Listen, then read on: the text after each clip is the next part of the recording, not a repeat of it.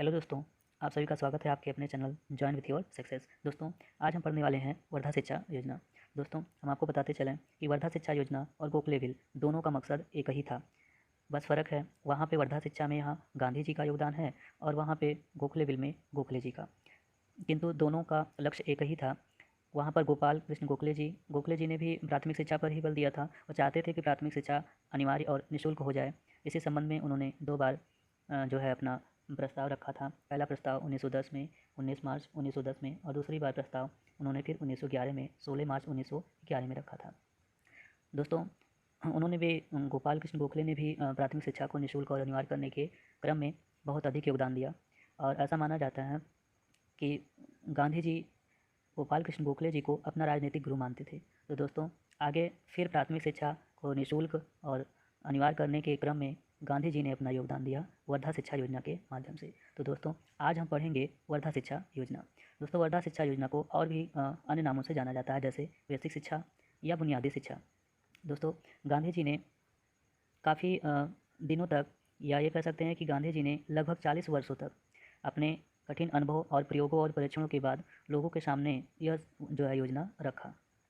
Doctor Mathur के अनुसार अगर कहें तो ये शिक्षा जो है राष्ट्रीय सभ्यता, संस्कृति एवं शिक्षा संगठन के आधार के रूप में प्रस्तुत की गई थी। यह शिक्षा भारतीय सभी भारतीयों को ऐसा आधारभूत ज्ञान प्रदान करने के लिए निर्मित की गई थी जो अपने वातावरण को बुद्धिमत्तापूर्वक समझने एवं प्रयोग करने में सहायक हो। दोस्तों, बेसिक शिक्षा योजना को बुनियादी शिक्षा योजना, वर्धा शिक्षा योजना और भी अन्य नामों से जाना जाता है।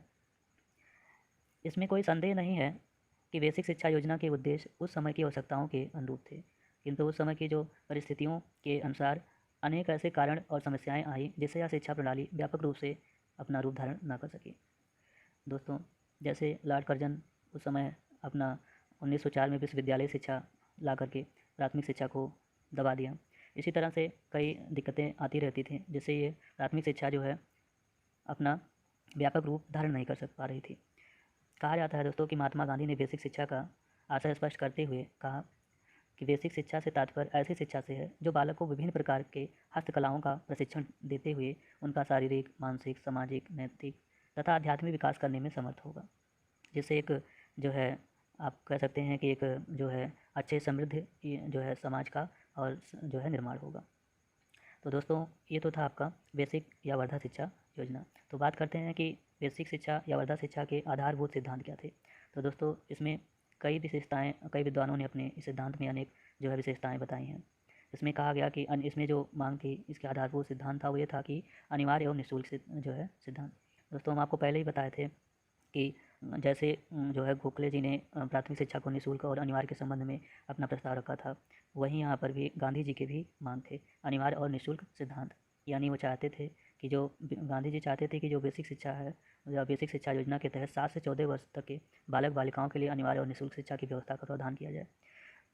वो कहते थे, गांधी जी का कहना था कि शिक्षा जो है मनुष्य का जन्मसिद्ध अधिकार है, इससे जो है किसी को भी वंचित नहीं रखना चाहिए और ये नहीं तो उनके अधिकारों का हनन होगा। तो इस तथ्य को ध्यान में रखते हुए उन्होंने अनिवार्य एवं निःशुल्क शिक्षा की व्यवस्था की थी।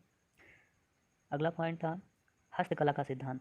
दोस्तों, गांधी जी हस्तकला, शिल्पकला, कटाई बुनाई कला, इस सब के माध्यम से वो चाहते थे कि शिक्षा में उनके लिए जो है हस्तकला, इन सब का ज़्यादा महत्व था। वो शिक्षा को चाहते थे कि थोड़ा व्यावसायिक माध्यम से हो, जिससे आगे चल कर के बच्चे अपना स्वावलंबी बन सकें और आगे चल कर के वो जो है अपना किसी के दूसरे के ऊपर निर्भर ना हो। वो अपने जो है जीवनोपार्जन करने के लिए किसी दूसरे के ऊपर निर्भर ना हो। वो स्वयं अपना जो है अपने जो है अपनी खर्च का वहन कर सकें, अपनी खर्च को उठा सकें। तो दोस्तों, इस तरह से आप कह सकते हैं कि जो है हस्तकला का सिद्धांत, यानी कि उनको विभिन्न तरह के जो है कलाओं को सिखा करके स्वावलंबी बनाना चाहते थे। और तीसरा पॉइंट इनका यह था कि मातृभाषा के माध्यम से शिक्षा देने का सिद्धांत। दोस्तों, वो चाहते थे कि उनका मानना था कि जो शिक्षा का माध्यम है वो मातृभाषा होनी चाहिए। उनका कहना था कि मातृभाषा का महत्व बच्चों के लिए माता के दूध के समान था। मातृभाषा पर बच्चों का जो है वो स्वाभाविक अधिकार होता है और उनका कहना था कि अगर मातृभाषा के माध्यम से बालक अपने विचारों को अच्छे से अभिव्यक्त कर सकते हैं, और इसी कारण से शिक्षा में अभिव्यक्ति माध्यम मातृभाषा को बेसिक शिक्षा योजना में शिक्षा का माध्यम बनाना स्वीकार किया गया। तो दोस्तों, मातृभाषा के माध्यम से ही बेसिक शिक्षा देना चाहते थे, यानी कि प्राथमिक शिक्षा, शुरुआती शिक्षा वो अपनी मातृभाषा में ही हो। तो यानी कि शुरुआती जो बच्चों के लिए जो पढ़ाई का जो माध्यम हो वो मातृभाषा जो है होना चाहिए। तो वही इनका तीसरा पॉइंट था कि मातृभाषा के माध्यम से शिक्षा देने का सिद्धांत। और चौथा पॉइंट उन्होंने कहा कि आत्मनिर्भर या स्वावलंबी सिद्धांत। तो दोस्तों इसमें हम आपको बताए ही कि गांधी जी जो है वो बच्चों को स्वावलंबी बनाना चाहते थे, जिससे कि उन्हें आगे चल करके पढ़ाई करने के बाद वो पढ़ाई के साथ साथ ही वो जो है वो कुछ जीविका का जो है साधन भी तैयार करते रहें, जिससे उन छात्र जो है जब अपनी शिक्षा समाप्त करें तो उनको अपनी जीविका को जो है चलाने में या अपना जो है अपना खर्च को वहन करने में उन्हें कठिनाई ना हो। दोस्तों हम आपको बताना चाहते हैं कि जो गोखले जी थे उन्होंने उनका भी माध्यम यही था कि बच्चों को निःशुल्क और जो है जो प्राथमिक शिक्षा है वो निःशुल्क और जो है अनिवार्य कर दी जाए, किंतु उन्होंने कहा था कि 6 से 11 वर्ष के बच्चों के लिए प्राथमिक शिक्षा निःशुल्क और अनिवार्य हो। किंतु गांधी जी ने कहा कि जो है उन्होंने बताया कि 7 से 14 वर्ष के आयु के बच्चे जो हैं उन सब के लिए, बालक और बालिकाओं दोनों के लिए जो है शिक्षा जो है निःशुल्क और अनिवार्य होना चाहिए। तो दोस्तों ये थोड़ा सा उम्र में जो है यहाँ पे दोनों पे डिफरेंस है, किंतु दोनों का लक्ष्य एक ही है, प्राथमिक शिक्षा को अनिवार्य और निःशुल्क करना। दोस्तों अगला पॉइंट अगर बात करें तो इसमें कहा गया है कि आत्मनिर्भर व स्वावलंबी का सिद्धांत। तो दोस्तों इसमें आपको पता है कि शिक्षा खत्म होने के बाद अगर बच्चे जो है वो अपना कुछ उनको कला है तो उससे वो अपने जीविका का जो है साधन तैयार करते रहेंगे, और उन्हें शिक्षा लेने के बाद जो है उन्हें शिक्षा समाप्ति के बाद जो है उन्हें अपना जीविका की समस्या भी उनका हल हो जाएगा, उन्हें दिक्कत नहीं होगा। फिफ्थ पॉइंट है जीवन से जोड़ने से संबंधित सिद्धांत। दोस्तों इसमें भी आप कह सकते हैं कि गांधी जी जो है उन्होंने काफ़ी कोशिश किया कि शिक्षा को बालकों के वास्तविक जीवन जैसे हस्तकला और भी कई घरेलू जो है धंधों से और जो है स्थानीय प्रकृति एवं सामाजिक वातावरण से बालकों के जीवन को जोड़ने का उन्होंने कोशिश किया। और 6 पॉइंट इसमें जो है वो है सत्य, अहिंसा और सर्वोदय का सिद्धांत। दोस्तों इसमें जो है उनका मानना था कि इसमें कोई छोटा या कोई बड़ा नहीं है। उन्होंने कहा कि जो है उनके लिए सभी लोग जो है बराबर हैं। और वैसे गांधी जी जो है आप जानते ही हैं कि गांधी जी जो है वो स्वयं सत्य और अहिंसा के पुजारी थे, और उनका जो सर्वोदय समाज में उनका विश्वास था। उन्होंने देखा कि जो अंग्रेजी शिक्षा जो है प्राप्त व्यक्ति सामान्य व्यक्तियों का शोषण कर रहे हैं, इसलिए उन्होंने सत्य, अहिंसा और सर्वोदय के सिद्धांत को अपनाया। उन्होंने सत्य पर बल देते हुए हिंसा से दूर रहने की प्रतिज्ञा की, तथा छोटे बड़े जो है के भेदभाव के बिना उन्होंने इस तरह की शिक्षा की व्यवस्था की जिससे किसी का भी शोषण ना जो है कर, सबको जो है सबका फ़ायदा हो, सबका विकास हो। तो इस अगला जो है पॉइंट हो जाएगा एकीकरण का सिद्धांत। तो दोस्तों इसमें जो है इस पे जो है उन्होंने कहा कि जो है बालक बालिकाओं सबको मतलब कि एकीकरण जो है ज्ञान दिया जाए, एक जैसा ज्ञान सबको दिया जाए, और ताकि जो है सबका संपूर्ण विकास हो सके और मानसिक बौद्धिक के साथ साथ जो है हर तरीके से हर तरह से उनका जो है विकास हो। तो इस तरह से उन्होंने एकीकरण का जो है सिद्धांत दिया। उसके बाद में दोस्तों यहाँ पे देखेंगे कि वर्धा शिक्षा योजना की विशेषता क्या है। तो दोस्तों वर्धा शिक्षा योजना की विशेषता जो है ये थी कि जो शिक्षण का केंद्र था वो बालक होता था, और यह बाल केंद्रीय शिक्षा है।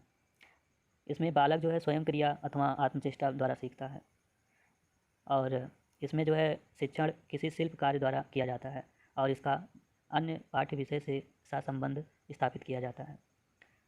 और भी दोस्तों इसमें जो है उत्पादकता पर बल दिया जाता है। इसमें बालक हस्तकार्य के प्रति आदर करना सीखता है। इस योजना में निःशुल्क एवं अनिवार्य शिक्षा की व्यवस्था है। तो दोस्तों इस तरह से कई जो है काफ़ी विशेषताएँ थीं इसकी।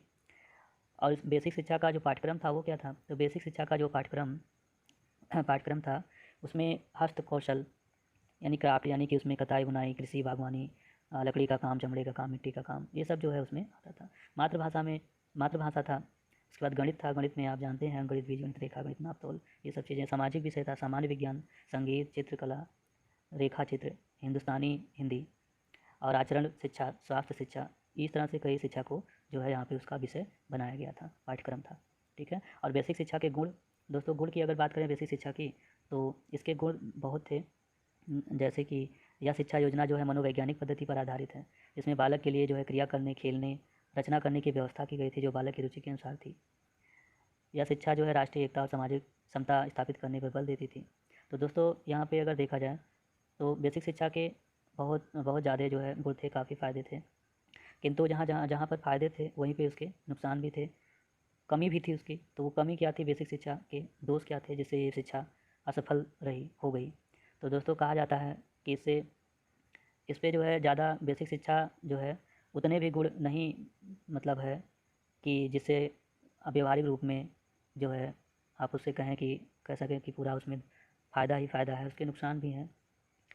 अब इस पे ज़्यादा से ज़्यादा गांधी जी ने जो है वो हस्त जो है कला के माध्यम से बालकों को शिक्षा देने की कोई जो है चेष्टा की, जो कि संभव नहीं था। डॉक्टर श्रीधर ठाकुर भी कहते हैं, उनका कहना था कि केंद्रीय जो है दस्तकारी के द्वारा संपूर्ण शिक्षा नहीं दी जा सकती थी। दोस्तों और इनका सबसे बड़ा प्रॉब्लम ये था कि छोटे छोटे बच्चों से वो आशा कर लिए थे कि जो है उत्पादन की आशा कर लिए थे कि ये बच्चे बनाएंगे, इसको बेचेंगे और इससे जो है अर्थ मतलब उससे जो है उनकी आर्थिक स्थिति अच्छी होगी। दोस्तों वो जो बच्चे छोटे छोटे बच्चे वो जो बनाते थे वह उपयोग भी नहीं होता था, उतना उपयोगी भी नहीं होता था। और इसमें ये शिक्षा जो केवल वो 7 से 14 वर्ष की आयु के बच्चों के लिए थी। इसीलिए दोस्तों डॉक्टर जाकिर हुसैन का मत था कि ये जो समस्त बच्चों के लिए सर्वव्यापी अनिवार्य शिक्षा योजना है, इसके उपरांत जो है उच्च शिक्षा योजना उन लोगों के लिए आएगी जो इसके योग्य होंगे। दोस्तों डॉक्टर जाकिर हुसैन का कहना था कि ये छोटे बच्चों के लिए है और फिर अगला शिक्षा उच्च शिक्षा उनके लिए आएगी जो उसके योग्य होंगे।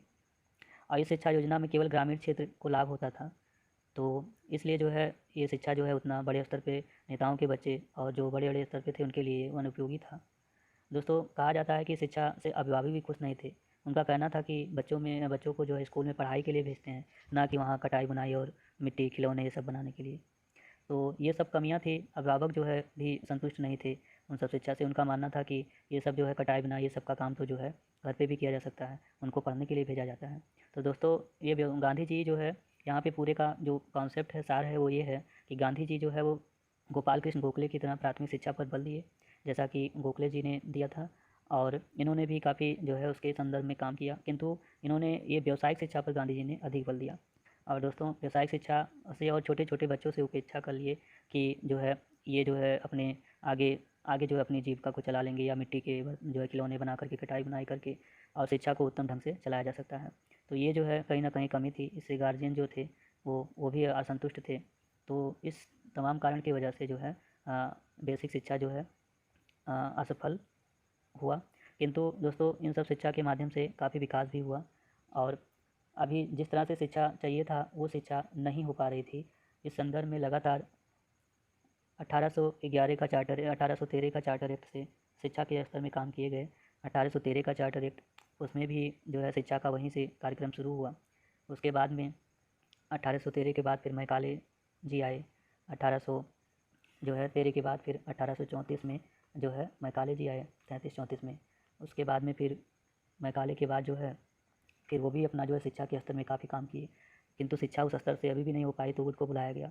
वुड डिस्पैच आया। वुड भी कहा जाता है, वुड को शिक्षा जगत का मैग्ना कार्टा कहा जाता है। वुड ने भी काफ़ी काम किया शिक्षा जगत में, किंतु शिक्षा उस तरह से अभी भी नहीं हो सकी जैसा कि चाहिए। फिर भी कहा जाता है कि शिक्षा जगत में एक लहर आ गई थी, किंतु फिर कर्जन आ गया। कर्जन जो है आकर के राष्ट्रीय आंदोलन छोड़ दिया, मतलब कि बंगाल विभाजन करके राष्ट्रीय आंदोलन छिड़ गया, जिससे जो है राष्ट्रीय शिक्षा आंदोलन जो है शुरुआत हो गई। उधर जो है राष्ट्रीय आंदोलन, इधर राष्ट्रीय शिक्षा आंदोलन।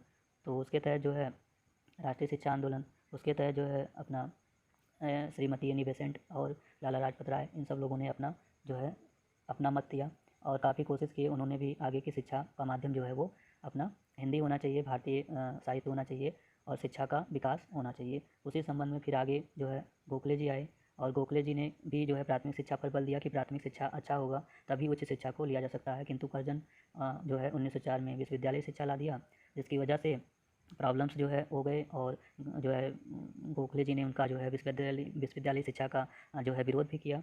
और किंतु प्राथमिक शिक्षा जो है उस तरह से जो है कोशिश किया उन्होंने। गोपाल कृष्ण गोखले ने 2 बार प्रस्ताव रखे, 1910 में भी और 1911 में भी, किंतु जो है वो समर्थन नहीं मिला लोगों का और वो पास नहीं हो सका। किंतु फिर भी शिक्षा के स्तर में सुधार हुआ। इसी क्रम में फिर प्राथमिक शिक्षा को ही लेकर के फिर गांधी जी आए वर्धा शिक्षा के नाम से, जिसको हम बेसिक शिक्षा बुनियादी शिक्षा आदि के नाम से जानते हैं। गांधी जी का भी कहा जाता है, गांधी जी गोपाल कृष्ण गोखले को अपना राजनीतिक गुरु मानते थे और इन्होंने भी प्राथमिक शिक्षा पर ही बल दिया। किंतु इन्होंने जो है प्राथमिक शिक्षा को बल देते हुए इन्होंने क्या किया कि जो है शिक्षा को बढ़ावा देने के लिए ये जो है शिल्प और जो है कृषि, इन सब चीज़ों पर ज़्यादा बल दिया, जिससे शिक्षा भी ज़्यादा कारगर नहीं हो सकी। और फिर इसी क्रम में शिक्षा को आगे फिर बढ़ाने के लिए आया शिक्षा आयोग, यानी कि आप कह सकते हैं कि विश्वविद्यालय शिक्षा आयोग दोस्तों, जिसको हम लोग राधा कृष्णन आयोग के नाम से जानते हैं। दोस्तों अब अगले लेक्चर में हम आपसे फिर मिलेंगे विश्वविद्यालय शिक्षा आयोग मतलब राधाकृष्णन आयोग को लेकर।